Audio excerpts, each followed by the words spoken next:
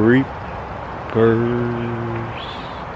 Good morning, afternoon, or evening, whenever you are tuning in and creeping with. I'm creeped out already. We are here in the cemetery, Gresham Historical Cemetery, and there is somebody out back here yelling things. Anyways, I'm kind of creeped out because when you think of, creepy things, including graveyards and Halloween coming up soon, I first think of, all the incredible zombie movies throughout the years of the, creepiness arising from the tombstones at night, coming alive, back from the dead. There's been a ton. My favorite being Night of the Living Dead. Very creepy movie, one of the original ones. I like both of them. I like the first one the best. But what if I was to tell you last year on January of 2023, January 3rd, a real life zombie was actually right here in Gresham, Oregon. This story is definitely not for everyone. If you're kind of a faint of heart, or let's just say viewer discretion definitely is advised. I don't know what this guy's doing over here yelling. It sounds like someone's actually creeping in the cemetery. But stay tuned if you guys like creepy stories. We're heading over to the Max stop. I'll tell you more when we get there. I don't know what this guy's doing over here.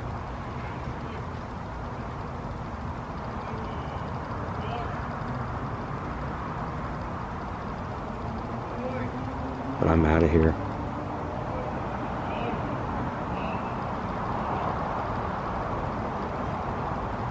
Do you guys hear him?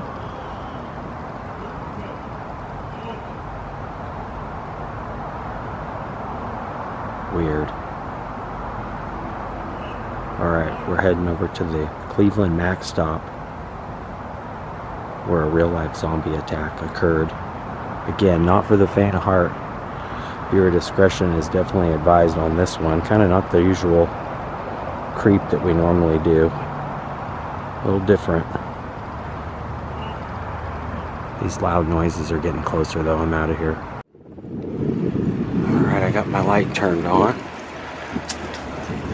because we're going down this creepy bike trail all the way to the end of the line. That's right, this all took place on the Max line, which is our light rail system. And on January 3rd of 2023, last year, the Gresham Police got a call at 2 a.m. And just like we're making our way there now, the police were making their way there, not knowing exactly what was going on, other than reports of a ton of blood on the Max platform. Speaking of the Max, here comes one now, and we're gonna creep up here to the next station where that all took place.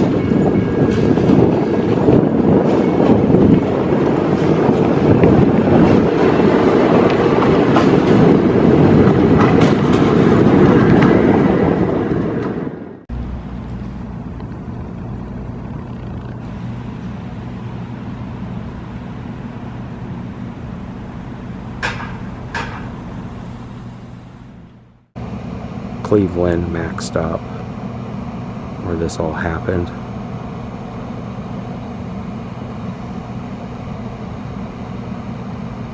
Alright, we are here at Cleveland Avenue, and this sits both ways. Even though the train only runs to this stop, it actually backs up and then goes this way.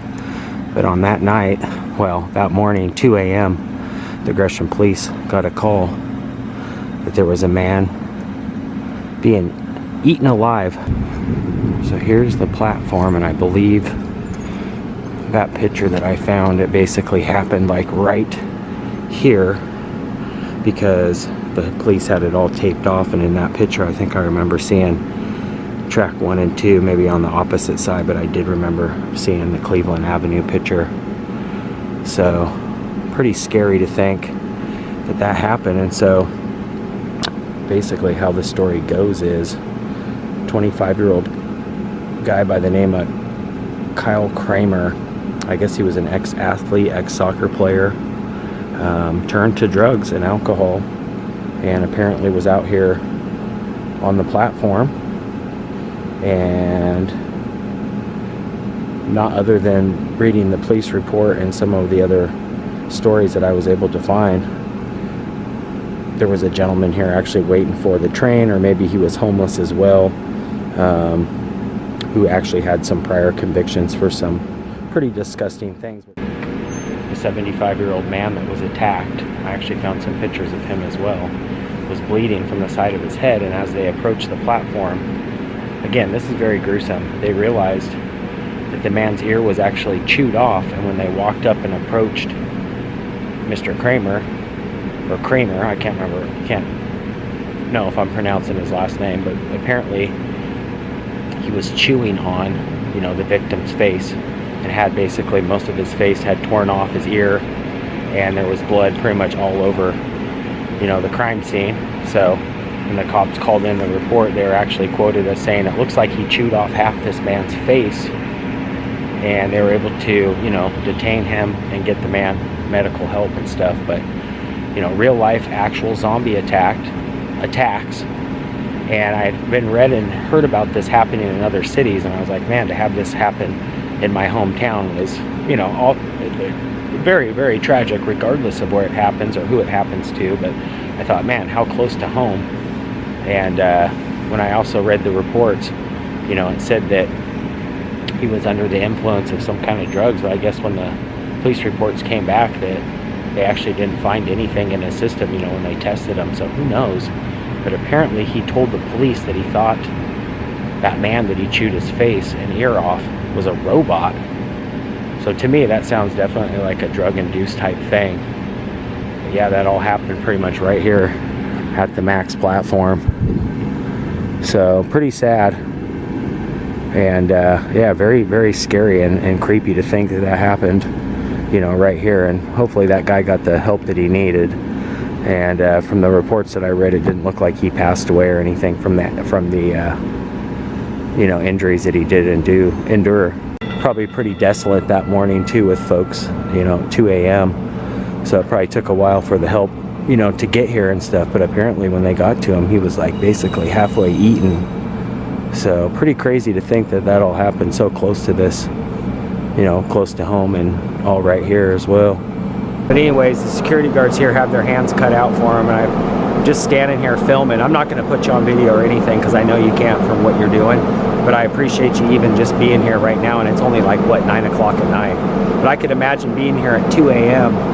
and having somebody come up to me, and the next thing you know, they're like eating the side of your face off. That's freaking scary as heck, man. All right, you guys, I gotta get out of here. It's getting too creepy.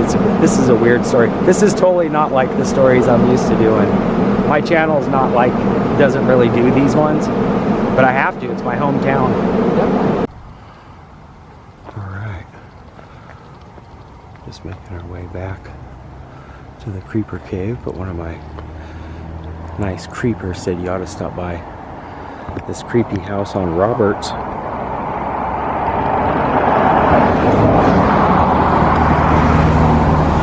Yeah, that story really creeped me out, man. You know, you see it in the movies and stuff like that, but when you read about real stuff like that, apparently he only served, he just got sentenced too.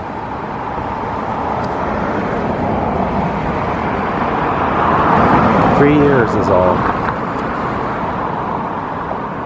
for that very, very, very vicious attack.